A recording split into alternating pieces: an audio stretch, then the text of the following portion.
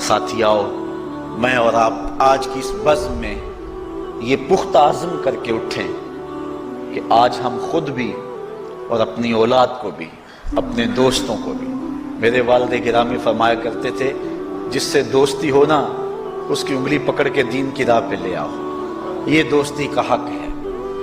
اس کے لیے آپ بہت کچھ کرتے ہیں لیکن اگر اس کو دین نہیں دیا تو کچھ بھی نہیں دیا۔ کوشش کرو میرا دوست ہو اور جہنم میں جائے۔ والدین بچے کے مستقبل کے لیے کتنی کوشش کرتے ہیں، لاکھوں روپیہ لگاتے ہیں مستقبل ٹھیک ہو جائے، کرتے ہیں کہ نہیں کرتے؟ یونیورسٹیوں کے اندر، کالجوں کے اندر کتنی بھاری فیسیں بھرتے ہیں، کیوں اتنا کچھ کیوں کر رہے ہو؟ میں نے دیکھا بوڑھا باپ اپنی کمر پہ بوریاں لاد کے مزدوری کرتا ہے، مائیں اپنا زیور بیچ رہی ہیں کہ اولاد پڑ جائے۔ میاں اتنا کچھ کیوں کر رہے ہو؟ جی مستقبل ٹھیک ہو جائے۔ یہ مستقبل کتنا ہے؟ 20-25 سال کا، اور جو اصل مستقبل ہے اس کی فکر ہی نہیں کسی کو۔ اصل مستقبل تو وہ ہے، اللہ اکبر، بیرون ملک جائے بیٹا تو ماں کہتی ہے بس دعا کرو کہ میرا بیٹا خیریت سے پہنچ جائے۔ بیٹی کی شادی کرتی ہے تو ماں کہتی ہے دعا کرو کہ اپنے گھر میں اس کو چین مل جائے۔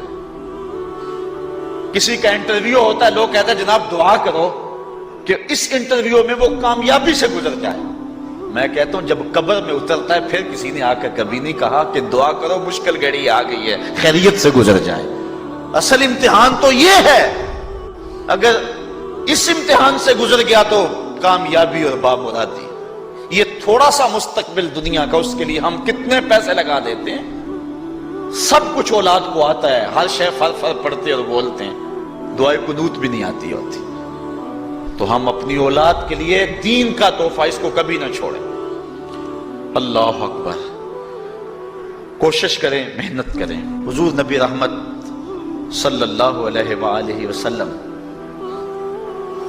نے ان بد عمل واعظین کی بات بھی کی ہے کہ جو لوگوں کو نیکی کا حکم دیتے ہیں اور خود اس پہ عمل نہیں کرتے۔ آج ہمارے کچھ واعظین لوگوں کو تو واعظ و تلقین اور نصیحت کرتے ہیں اور خود نماز میں سخت سستی کا ارتکاب کرتے ہیں، اور جس سے قوم کے اندر نماز میں سستی عملاً پیدا ہو جاتی ہے۔ کوئی عرس کی تقریب ہو، کوئی محفل نعت ہو، کوئی جلسہ ہو، کوئی شادی کی تقریب ہو، نماز کے وقت کا پورا خیال رکھا کریں اور اس بات کا لحاظ رکھا کریں۔ بلکہ ہمارے ہاں ایک عجیب سا فیشن ہے اور عجیب سی بات ہے، میں بڑا حیران ہوا کرتا ہوں کہ عشاء کے بعد جب جلسے ہوتے ہیں نا ہمارے مساجد کے اندر، تو مغرب سے اعلان شروع ہو جاتا ہے آج رات فلاں صاحب خطاب فرمائیں گے، اور پھر جب نماز عشاء ہوتی ہے تو ہمارا نقیب محفل کھولتا ہے لاؤڈ سپیکر اور وہ اعلان کرتا ہے حضرات جماعت ہو چکی ہے، اب مسجد میں آ جائیں۔ یعنی یہ نماز کو ہلکا کرنے والی بات ہے۔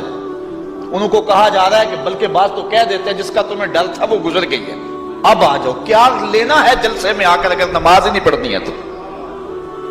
ممبر و محراب کے جو ذمہ دار ہیں ان سے جو ہے وہ عجیب و غریب قسم کی جو ہے وہ حرکات سکنات سرزد ہو رہی ہیں۔ یہ جو جہل نقیبوں کا ایک غول آ گیا نا، یہ بھی ایک بہت بڑی مصیبت ہے۔